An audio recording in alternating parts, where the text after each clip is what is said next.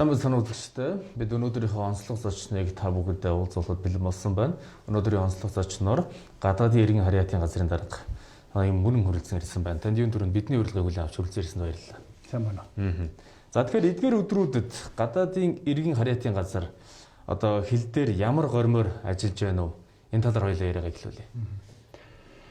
Тэгэхээр Монгол улсын засгийн газраас бас энэ коронавирустай холбогдуулаад хил хяналтын байгууллагуудыг хил дээр ажиллаж байгаа байгууллагуудад тодорхой чиглэл үүрэг даалгавар өгсөн. Энэ хүрээнд одоо хил дээр ажилладаг байгууллагуудын хамт бид нэгт хамтын ажиллагаатай ажиллаж байна. Тэгэхээр сүүлийн хэд хоногт бас гадаадаас буюу манай урдаас бас нэлээд олон буюу 300 400 хятад наашаа орж ирлээ гэсэн мэдээлэл энэ сошиал ертөнцөөр их явж байна. Энэ жохом хэрэг зэрэг үнэн бодтой мэдээлэл ямар цензурын шалгуураар яаж орж ирсэн гэдэг та мэдээлэл өгч. Тэгэхээр яг өнөөглөөнөөс нэг тийм сошиалор тийм мэдээ явж байна л да 400 хятад ямар ч хяналтгүйгээр одоо Монгол улс руу нэвтэрч орж ирлээ гэсэн юм зөвлөл яригдж байна. Тэгэхээр ерөөсөө Монгол улсын хилийн одоо хуулийн дагуу хил дээр үйл ажиллагаа явуулдаг байгууллагууд тус тусын чиг үүргийнхээ дагуу хяналтаа тавьдаг. Хилийн шалган нэвтрүүлэх нь оруулах, гаргуулах тийм ээ. За манай байгууллага визийн шалгадаг ч юм уу. За мэргэжлийн хяналт одоо өөрийн чиглэлээр үйл ажиллагаа явуулдаг. Тэгэхээр тийм 300 400-аараа ингээд одоо орж ирнэ гэсэн ийм асуудал ерөөсөө байхгүй. Хилийн хувьд бол бүх хилийн бомтуудаар орж ирсэн гадаадын болон дотоодын иргэдийн бүртгэл мэдээлэл нэг сүлжээнд холбогдсон байдаг юм аа. Тийм бол болцоо ерөөсөө ямар ч болцоо байхгүй. Тэгэхээр энэ бол худал мэдээлэл. Тэгэхээр энэ бол ташаа мэдээлэл, тэг хандлага мэдээлэл гэсэн үг. Манайх ч юм одоо энэ виз олголтын гадаадын иргэн харьяатын зарчим нь яаж явд юм бол? Тэгээ гадаадын иргэний эрх зүйн байдлын тухай хуулинд зааснаар бол виз олгох 3 байгууллага байдаг. Гадаад харилцааны яам, за гадаадд суугаад явтмаа төлөөлөгчдийн газар, за мөн гадаадын иргэн харьяатын газар гэсэн ийм 3 субъект л виз олгодог. 30 хоногоос дээш хугацаагаар Монгол улсад зорчих визийг бол манай байгууллагын зөвшөөрлөөр дипломат төлөөлөгчдийн газар олгодог. 30 хоног дотроо бизнес ангиллал, жуулчин ангиллалын визийг бол дипломат төлөөлөгчдийн газар өөрсдөө холбогдох журмын дагуу ингээд оруулдаг. За виз олгох журмыг бол Монгол Улсын засгийн газрын тогтоолоор баталсан журмаар зохицуулдаг. Ийм журмын дагуу л одоо виз олголт хийгддэг. Манайх ч одоо хичнээн одоо бомтор наашаа орж ирж байгаа гэсэн үг. Тэг яг өнөөдрийн байдлаар бол үйл ажиллагаа явуулж байгаа 26 бомт байна. Энэ 26 бомтын 13 бомт нь бүгд хятад улстай, 13 нь Оросын холбооны улстай ийм одоо бомтууд байдаг. Гэхдээ бол улирлын чанартай, байнгын ажиллагаатай гэдэг бол хооронд нь ялгадаг. Тэгээ өнөөдрийн байдлаар бол яг хятад бүгд хятад улстай яг үйл ажиллагаа явуулаад нээлттэй байгаа бомт бол 13 бомт байна. Буян тухай бомт бас орж байгаа. Манай чинь анх одоо нэг тохиолдол илэрлээ гадны иргэн гэдэг нь одоо нэг эмэгтэй орж ирсэн гэдэг яриа эхлээд орж ирсэн шүү дээ. Тэр асуудал жоохон юу болсон байна нэр? Тэр энэ хэд хоногийн өмнө болсон асуудал замын үүдийн бомтоор за бас сэжигтэй бүгд хятад улсын иргэн өөр Монгол иргэн байсан. Замын үүд бомтоор автомобилийн бомтоор хүүхдийнхээ хамт нэвтэрж орж ирсэн. Тэгээд хилийн одоо мэргэжлийн хяналтынхан бас сэжигтэй тохиолдол байна. Халуурсан гэдэг үндслээр бас холбогдох арга хэмжээ аваад тусгаарлаад ингээд 2 хоног үндсэнтэй тандал судалгаа хийж байгаа. Тэгээд энэ хятад иргэн бол өөрөө нутагтаа очиж одоо буцъя гэдэг хүсэлт гаргасны дагуу буцаасан байна. За энэ хүн бол Монгол улсын багш их сургууль сурдаг оюутан хүүхдтэй хамт зорж ирсэн оюутан байсан. Монгол сурдаг оюутан юм аа. Тэгээ Монгол улсад сурдаг бүгд хятад улсын оюутан. Өөр Монгол оюутан. Тэгээ Шилийн гол аймгаас Ирээн рүү автобусаар ирээд автцамаар Ирээний бомтоос зам үүд рүү орж ирсэн ийм оюутан байсан. Замын үдээсээ тэгэхээр буцсан гэсэн үг үү? Замын үдээсээ буцсан. Ер нь оюутан гэж манад ер нь хичнээн тооны оюутнууд гадаадын оюутнууд байдیں۔ Тэг яг сүүлийн жилүүдэд Монгол улсад гадаадын оюутнууд ихтэй сургууль, ерөнхийдөө боловсролын сургууль суралцах асуудал нэлээд их болж байна. Ялангуяа бүгд хятад улсын өөр Монголын өөртөөс хорноос манай улсад одоо ихтэй сургуулиуд сурж байгаа оюутнуудын тоо нэлээд нэмэгдсэн. Өнөөдрийн байдлаар жишээлбэл манай ерөнхий боловсролын болон дээд боловсролын байгууллагад 2298 оюутан суралцж байна. Монгол улсад. Тий, Монгол улсад ингээд удаан хугацаагаар оршин суугаад сурч байна. Яг одоо бол энэ оюутнууд бол бүгдээр хятад улсад нөгөө цагаан сарын одоо баяр нь болж байгаа учраас ихэнх одоо оюутнууд бол нутаг буцдаг, тэндээ захиалга хийдэг. Тэгээ ер нь бол энэ 2298 оюутнаас тэн хагас ихэнх нь бол нутаг буцсан. Одоо өөрийнхөө их орондоо байгаа гэсэн. Энэ оюутнуудын дийлийнх нь бас манай урд хөршөөс за хятад өвөр Монгол оюутнууд байгаа. Тий, ер нь оюутнууд ер нь л байдаг. Гэхдээ Америк нэгдсэн улс, Солонгос, Оросын холбооны улс гээд олон одоо газраас бол оюутнууд сурдаг. За хятад оюутнуудын хувьд бол нэлээд байдаг. Одоо урагшаага яваад энэ чинь амралтаараа явж гин гэж буцаж эргээд мэдээж ирж таарна. Тэр үед одоо жишээ нь хяналт шалгалтын явд харьяат мэдээж яаж авах уу? Одоо нөгөө оюутнууд нь буцаад ирэхээр хил дээр л одоо мэдээж халуунтай нүгүү гэдэг шалгалт явагдах байна. Яг уу сая Монгол Улсын засгийн газраас замун бас холбогдох байгууллагуудаас ихтэй сургуулиудын үйл ажиллагааг бол бас түрүүх цагаар зогсоолоо шүү дээ. За энэтэй уялдуулаад одоо бүгд хятад улсын Монгол улсад сурдаг оюутнууд одоо буцаж ирэх хөдөлгөөн бол баг зэрэг бол багасах саарах бах. Тий. 3 сарын 2 хүртэл одоо төр хугацаагаар сургуулиудад зогсооцсон байгаа шүү дээ. За эрэхт нь бол мэдээж манай хэл хяналтын байгууллагууд бол холбогдох өөрийнхөө одоо хуулийн хүрээнд хүлээсэн үүргийнхаа дагуу эрхийнхаа дагуу холбогдох хяналтыг тавиад явна л гэсэн үг.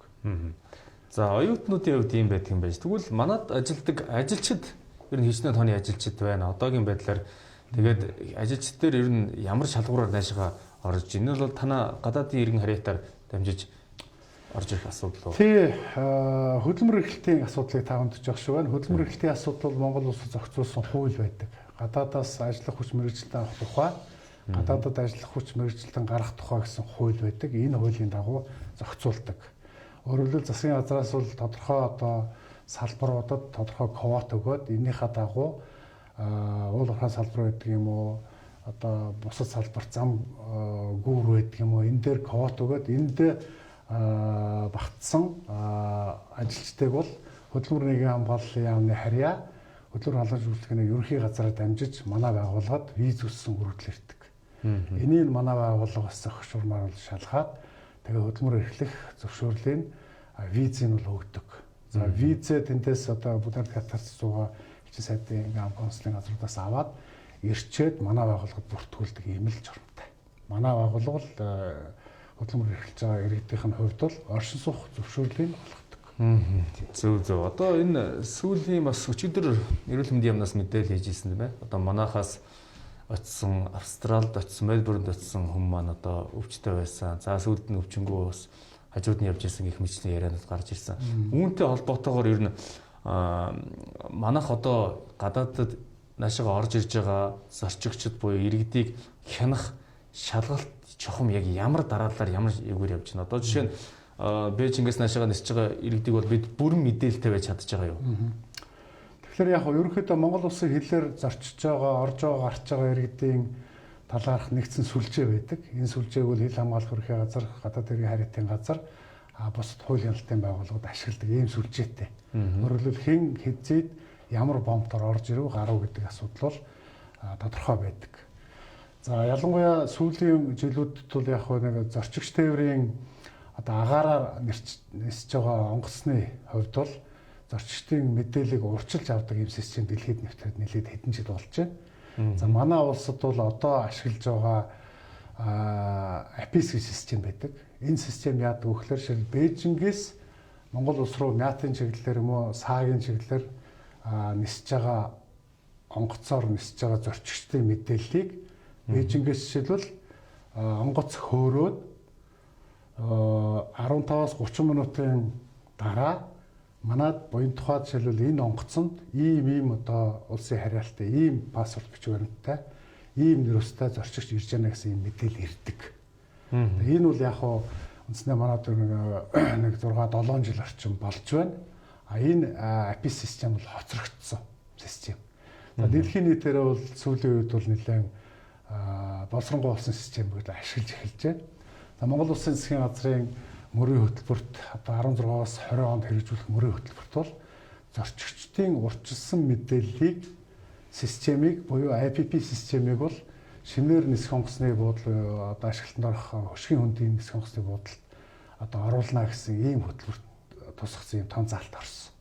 За энэний дагуу өнгөрсөн онд Монгол Улсын засгийн газрын хуралдаанаар энэ APC-г нэвтрүүлэх чиглэлээр нь холбогдох байгууллагууд судалгаа хийж засгийн газарт одоо танилцуулах ийм үүрэг даалгавар өгсөн. За энэний дагуу хил хяналтын холбогдох байгууллагууд судалгаагаа хийгээд ингээд ойрын үед бол Монгол Улсын засгийн газрын хуралдаанаар энэ асуудлыг оруулахад гол үндсэндээ бол бэлэн болчиход байж байна. За энэ систем бол юу гэхээр одоо манай ашиглаж байгаа APC системээс бидний одоо энэ Монгол Улсын засгийн газрын мөрийн хөтөлбөрт орсон APP систем гэдэг бол илүү давуу талтай.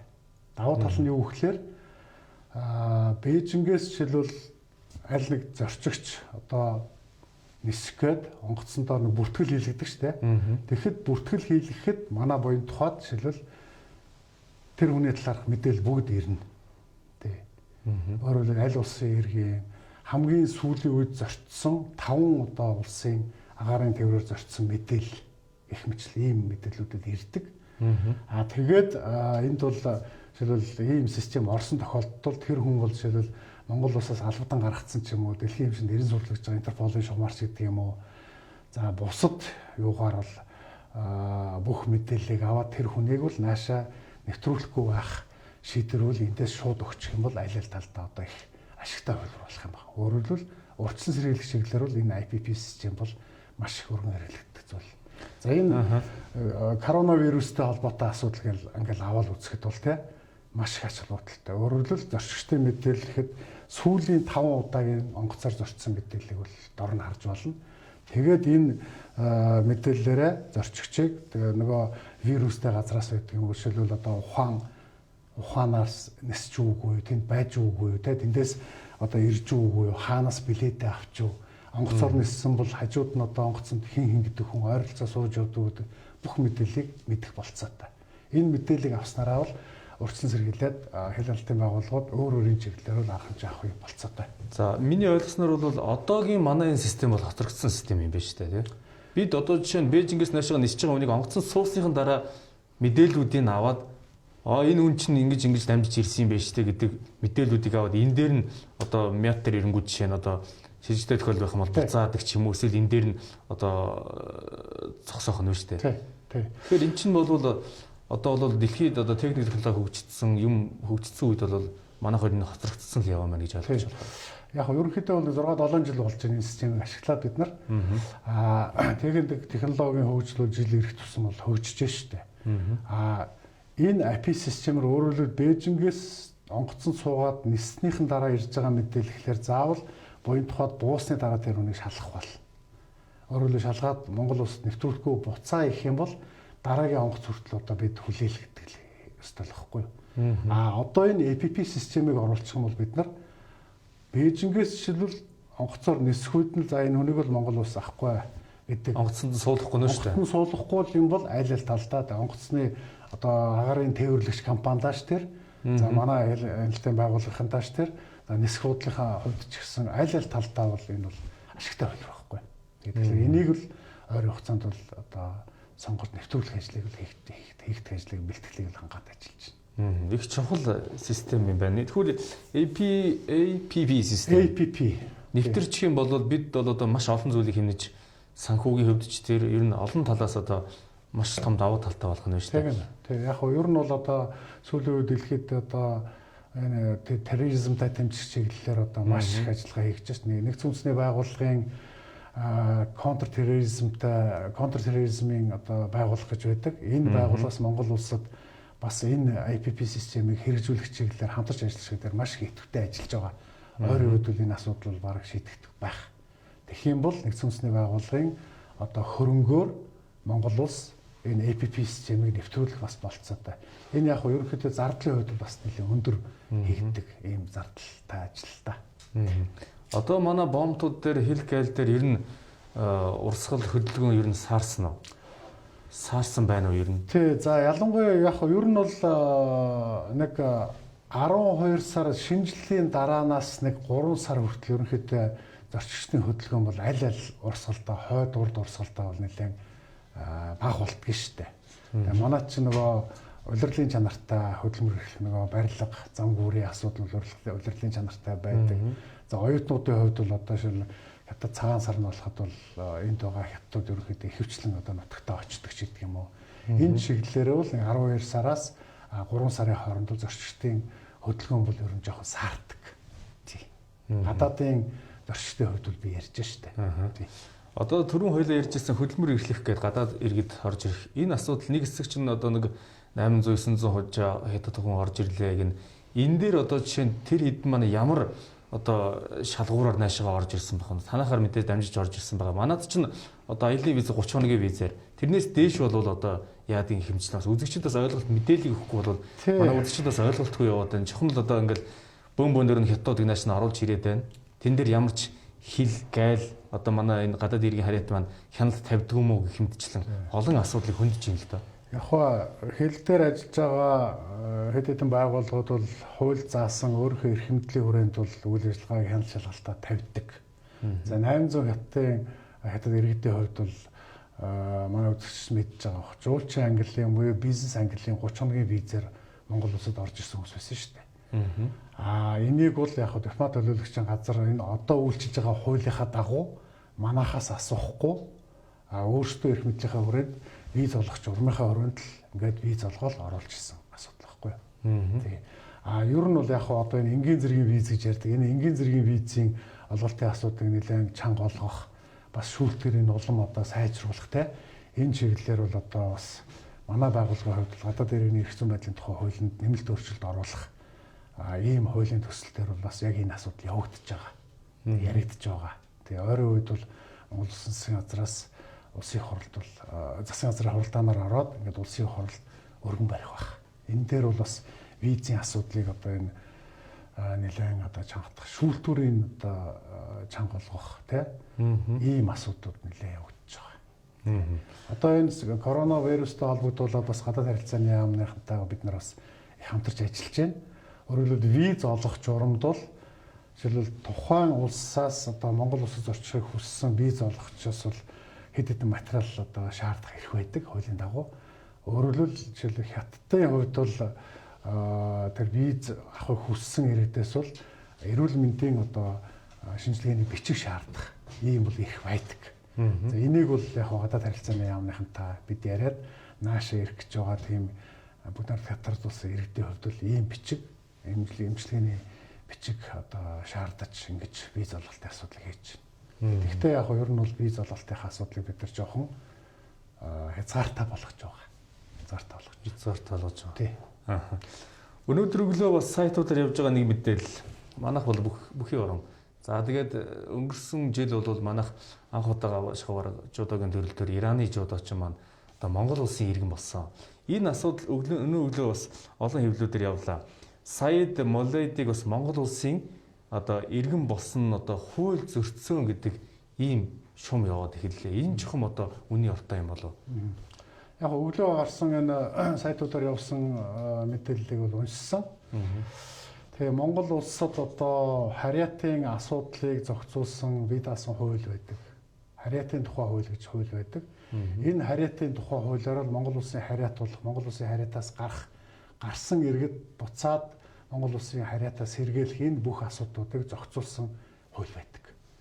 За энэний дагуу Монгол улсын ерөнхийлөгчийн бүрэн эрхэнд байдаг. Харьяат харьяат болохоос одоо татгалзах, төдгөлзөх харьяатын сэргийлэх асуудал Монгол улсын ерөнхийлөгчийн бүрэн эрх байдаг. За манай байгууллагын хувьд бол энэ дээрх процессыг бол нэлээд нарийн шалгуураар үзээд хуулийн хүрээнд одоо шаардлага хангаж байгаа хүмүүсийг бол Монгол улсын ерөнхийлөгчийн тамгын газар л материал нь явуулдаг шүү дээ. Тэнд бас одоо хянаад ингээд асуудлыг бол шийдвэрлэх буюу эцсийн шийдвэрийг гаргадаг. За Ираны иргэн одоо байсан жудогийн Саид Муллагийн хувьд бол ямар нэг байдлаар одоо Монгол улсын хуулийг зөрчөөд ингээд харьяат болгосон асуудал байхгүй. Бүх юм шалгуураараа ингээд ороод одоо шийдвэр гарсан юм л асуудал байна. Хууль зөрчсөн бол байхгүй. Хууль зөрчсөн бол Монгол улсын иргэн болсон. Монгол улсын иргэн болсон шүү дээ тий. За баярлалаа. Хэд хэдэн заалт байдаг шүү дээ. Тэрний хүрээнд л одоо шаардлага хангасан учраас бид нар одоо ерөнхийлөгч тамга газраагаад ингээд ерөнхийлөгчийн шийдвэр гараад Монгол улсын харьяат болсон. Ямар нэг хууль зөрчсөн асуудал байхгүй. За цагийн асуудлаар мэдээлэл өгсөн танд баярлалаа. Баярлалаа. Үзэгчдээ өнөөдрийн онцлог зочноор бид та бүхэнд гадаад иргэн харьяатын газрын дарга ноён Мөрөнгө уулзууллаа. Анхаарлаа хандуулсан баярлалаа. Танд баярлалаа. За баярлалаа.